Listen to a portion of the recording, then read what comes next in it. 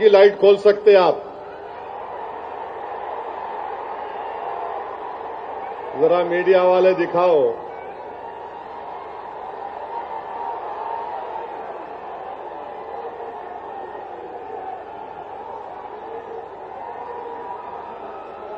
अब जरा जेब में रख लो फोन को।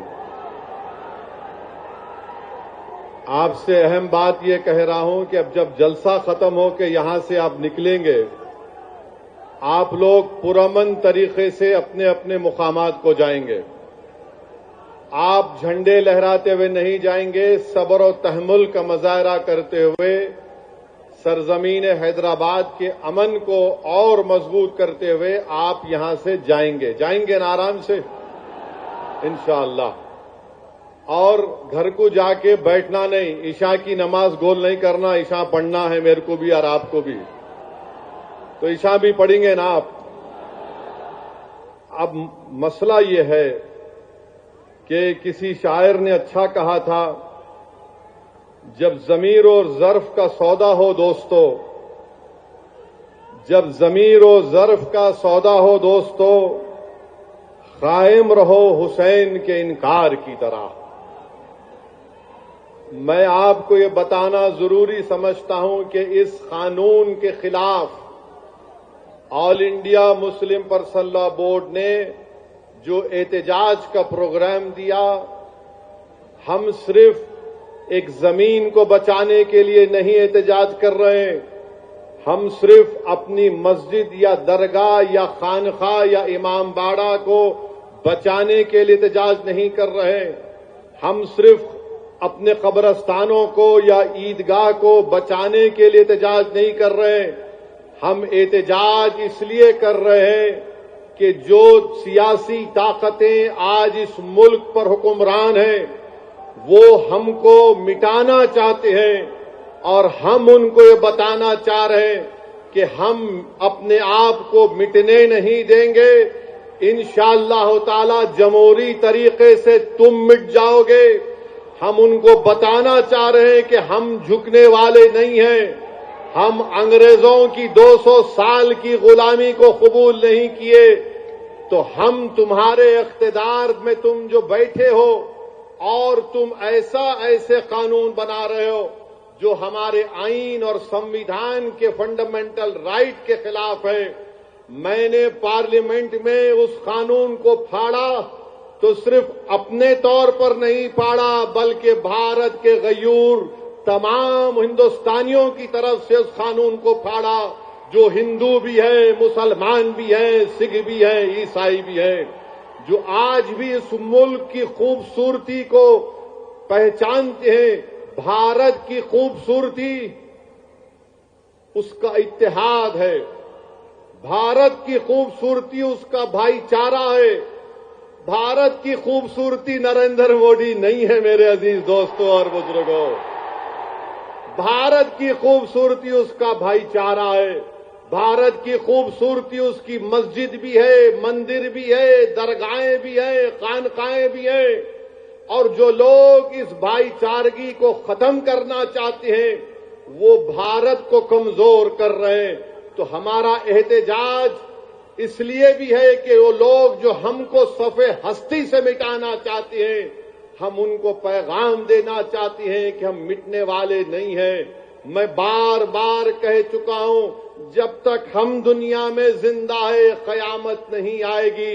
जिस दिन हम चले जाएंगे सूर फूका जाएगा, याद रखो।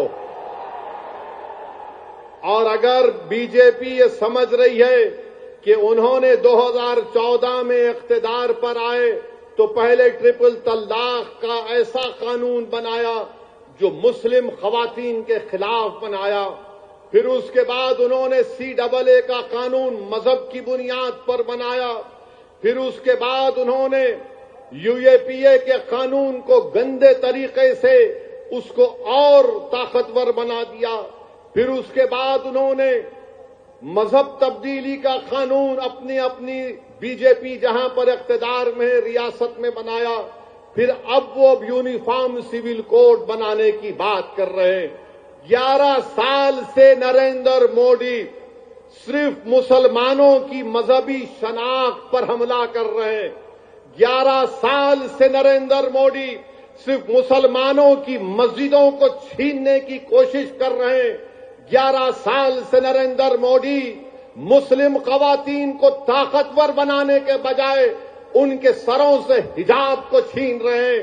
11 साल से नरेंद्र मोदी बुलडोजरों के जरिए सबसे ज्यादा दलित और मुसलमानों के घरों को तोड़ दिया।